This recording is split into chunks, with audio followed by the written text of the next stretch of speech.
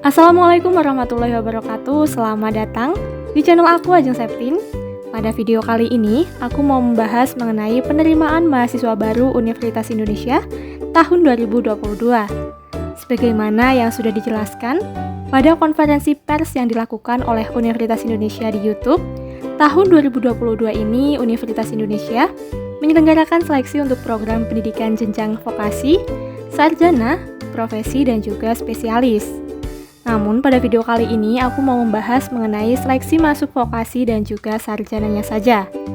Bagi kalian yang ingin menjadi bagian dari mahasiswa Universitas Indonesia, kalian dapat mengikuti seleksi masuk UI baik yang digelar oleh LTMPT maupun yang digelar oleh pihak Universitas Indonesia itu sendiri.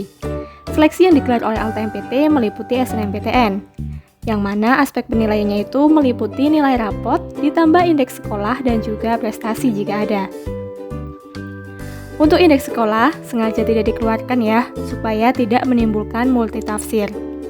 SNMPTN merupakan seleksi masuk UI jenjang sarjana reguler. Seleksi LTMPT selanjutnya yakni SBMPTN. SBMPTN merupakan seleksi masuk UI jenjang sarjana reguler. Bedanya, aspek penilaian SBMPTN hanya menggunakan nilai UTBK saja yang diperingkat lalu diambil sesuai kuota dari nilai tertinggi.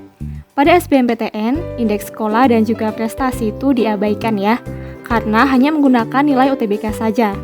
Untuk beberapa prodi memang ada yang menggunakan portofolio, tapi itu tidak semua.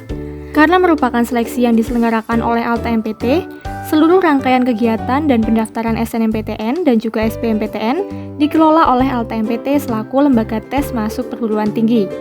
Sedangkan untuk keputusan diterima atau tidaknya peserta dalam seleksi, diserahkan kepada masing-masing kampus. Selain bisa mengikuti seleksi yang digelar oleh LTMPT, kalian juga bisa mengikuti seleksi mandiri yang digelar oleh pihak Universitas Indonesia itu sendiri.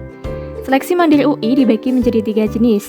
Yang pertama, ada PPKB dan Talent Scouting atau TS. Seleksi ini diperuntukkan bagi kalian yang ingin menempuh pendidikan di UI, jenjang pendidikan vokasi D3, sarjana terapan D4, sarjana paralel, dan sarjana khusus kelas internasional. Adapun aspek penilaiannya yakni menggunakan nilai rapot dan juga prestasi. Bagi kalian yang tertarik masuk UI jalur PPKB dan Talent Scouting, sebaiknya segera berkoordinasi dengan pihak sekolah, khususnya guru BK ya. Karena dalam seleksi PPKB dan Talent Scouting ini membutuhkan peran serta sekolah untuk menginputkan nilai siswanya yang mengikuti seleksi tersebut. Untuk bisa melakukan input nilai siswa, sekolah harus mengajukan permintaan undangan dengan mengirimkan beberapa dokumen yang meliputi surat pengajuan dari sekolah ditujukan ke Kepala Kantor PMB UI, ada kop surat dan tanda tangan kepala sekolahnya, lalu akreditasi sekolah, profil sekolah. Nah, profil sekolah ini harus ada penjelasan kurikulum yang digunakan ya. Lalu yang selanjutnya ada data alumni yang masuk UI selama 3 tahun terakhir. Pengajuan yang masuk akan dievaluasi terlebih dahulu untuk menentukan apakah sekolah akan diundang atau tidak. Nah, seleksi mandiri yang selanjutnya yakni melalui SIMAK UI yang menggunakan tes.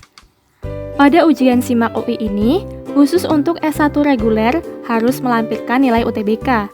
Tetapi untuk kelas paralel, program vokasi, serta kelas khusus internasional itu tidak perlu nilai UTBK ya. Tahukah kalian bahwa sejumlah 50% dari total daya tampung S1 reguler itu akan dipenuhi dari seleksi jalur SIMAK UI? Selain kedua jenis seleksi mandiri tadi, rencananya di tahun 2022 ini, UI juga akan menyelenggarakan seleksi jalur prestasi untuk S1 reguler. Adapun aspek penilaiannya yakni meliputi prestasi juara pada kompetisi di tingkat nasional dan juga internasional, alias piagam dan juga sertifikat ya.